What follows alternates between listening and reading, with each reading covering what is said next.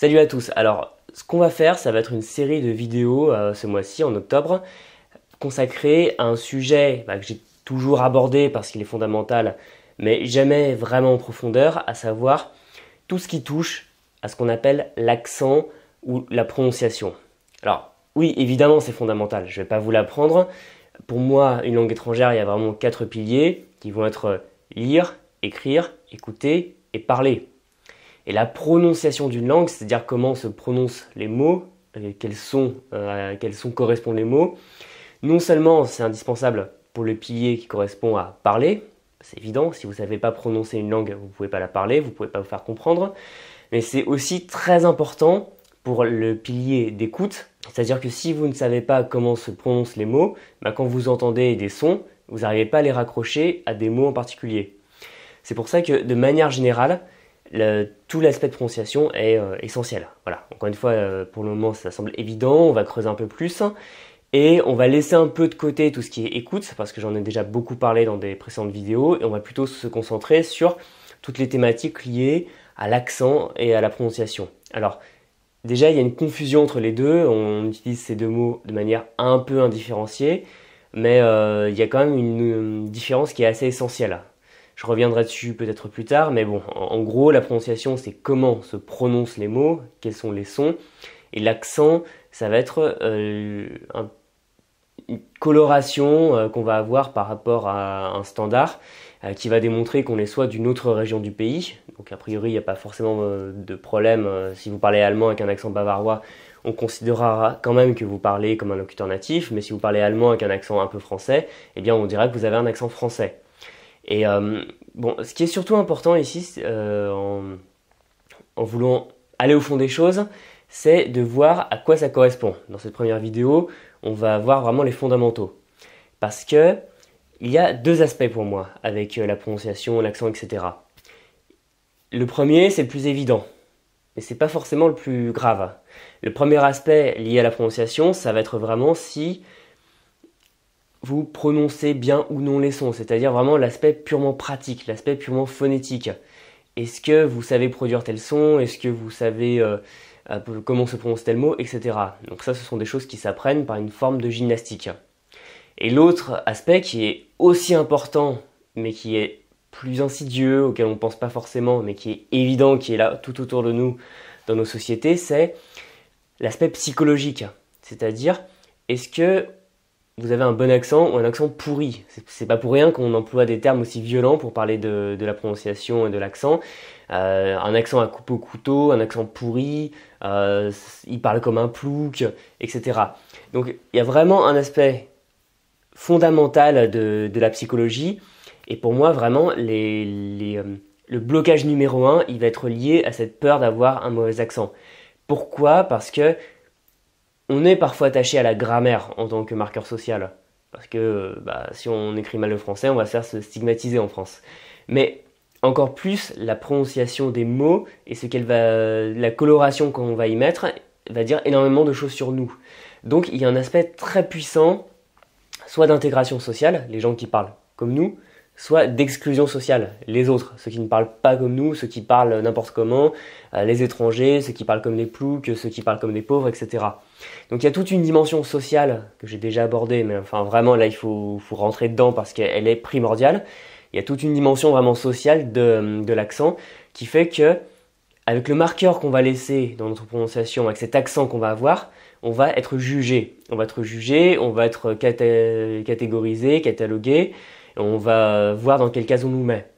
Et ça, c'est très puissant parce que ça peut avoir un effet hyper délétère dans notre apprentissage, quelque chose qui va vous empêcher de parler. Vous allez vous dire, ouais, moi j'ai un accent pourri, j'ose pas parler, on va se moquer de moi, on va me juger, on va me reprendre sans arrêt. Si on ne comprend pas, les gens ils vont juste me regarder bizarrement, ils vont faire « Hein, qu'est-ce que t'as dit ?» Voilà. Et à cause de ça, on ne pratique pas, donc on ne progresse pas. Donc encore une fois, c'est vraiment le genre de truc qui peut être totalement passé sous silence, mais c'est hyper important de s'attacher à cet aspect vraiment psychologique. Et par exemple, je ne sais pas si vous connaissez les shibboleth, c'est un mot qui vient de la Bible en hébreu, et ce sont des mots qui vont permettre de reconnaître qui est comme nous et qui ne l'est pas. Parce que dans la Bible, il y a deux peuples qui étaient en conflit. Il y en a un qui a utilisé ce mot, Shibboleth, que l'autre peuple n'arrivait pas à dire parce qu'il avait une langue différente. Et ceux qui disaient cibolette à la place de chibolette, ils se faisaient couper la gorge, je crois, ou quelque chose d'horrible comme ça.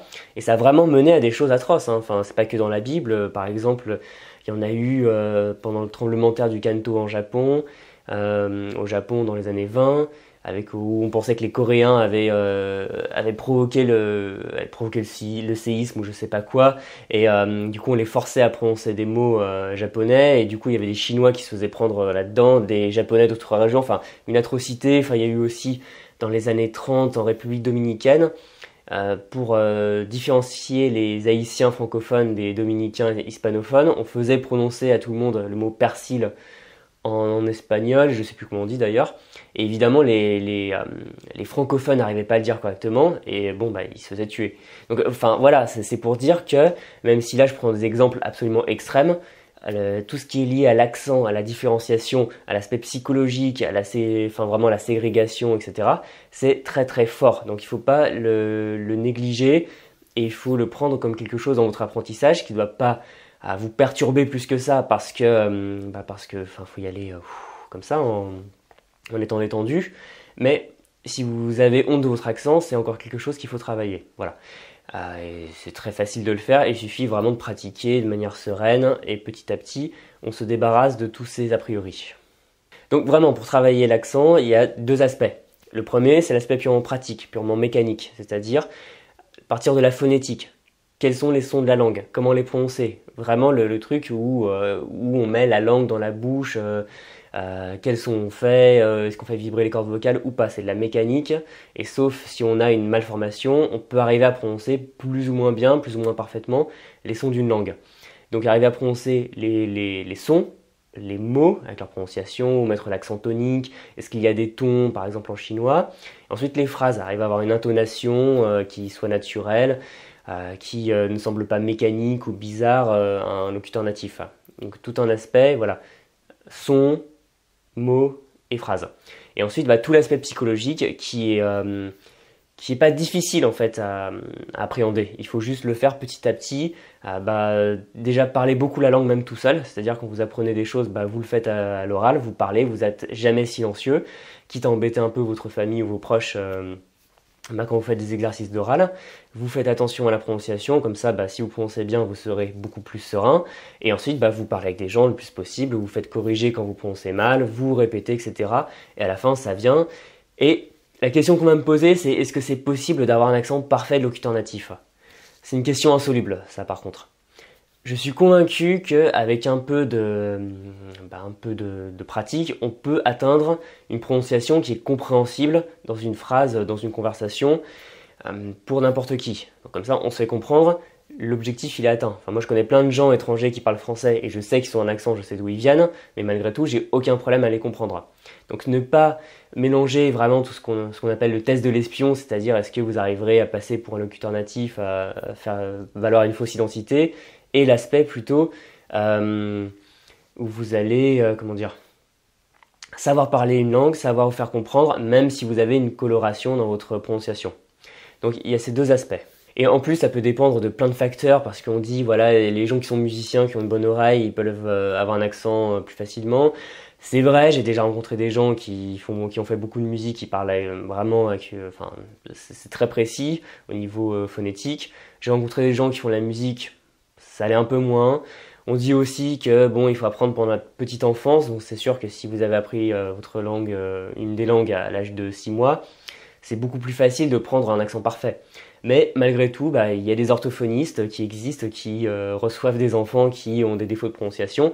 Donc encore une fois, ça dépend de plein de facteurs, et il faut vraiment faire attention à faire la part des choses entre des mythes sur l'accent, comment l'avoir, les choses magiques, un peu comme ça, et le bon vieux travail de prononciation, si vous voulez. Donc voilà, pas d'excuses, si vous considérez que votre accent n'est pas encore au top, il faut vous pencher dessus.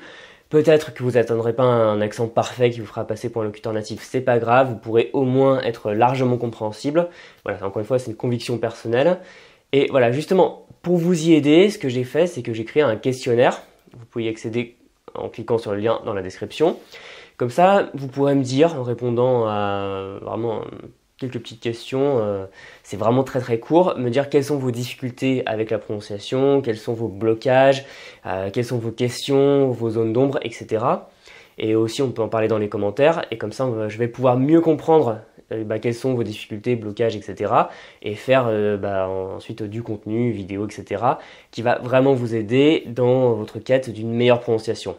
Je vous dis à très bientôt, n'hésitez pas encore une fois à aimer cette vidéo, à vous abonner à la chaîne et surtout à remplir le questionnaire si la prononciation est quelque chose qui vous pose problème à l'heure actuelle. Et je vous dis à très bientôt dans une prochaine vidéo. Salut!